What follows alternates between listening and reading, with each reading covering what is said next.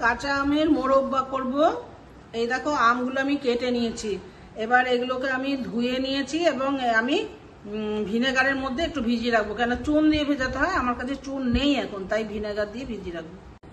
আমি কাঁচা আমের মোরব্বা করব। এ দেখো আমগুলো আমি মোরব্বার মতন করে কেটে নিয়েছি এবং এটা আমি ধুয়ে একটু ভিনেগার দিয়ে ভিজিয়ে রেখেছি, কারণ আমার কাছে চুন নেই। চুন দিয়ে ভিজিয়ে রাখলে একটু ভালো হয়, সেই জন্য আমি এইভাবেই ভিজিয়ে রেখেছি। মোরব্বার জন্য কিন্তু আমি জলটাকে ফুটিয়ে নিলাম, আমটা কিন্তু আমি ফোটাবো না, বুঝতে পারছি। এ দেখো টক করে জলটা ফুটছে। এবার আমি আমগুলো এর মধ্যে দিয়ে 2 মিনিট রেখে দেবো। এই দেখো আমগুলো আমি এর মধ্যে দিয়ে দিলাম, দিয়ে আমি এটাকে এবার একটু ঢেকে রেখে দেবো।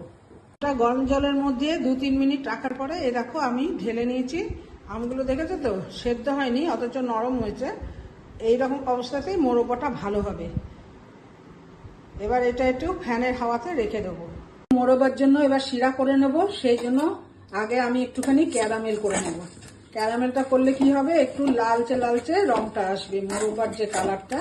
যেহেতু এটা চিনি দিয়ে করলে তো সাদাই হবে, সেই জন্য। শিরাটা আমার রেডি হয়ে গেছে। এবার এতে আমি একটা পাতিলেবুর রস করে রেখেছি, এইটা দিয়ে দেবো।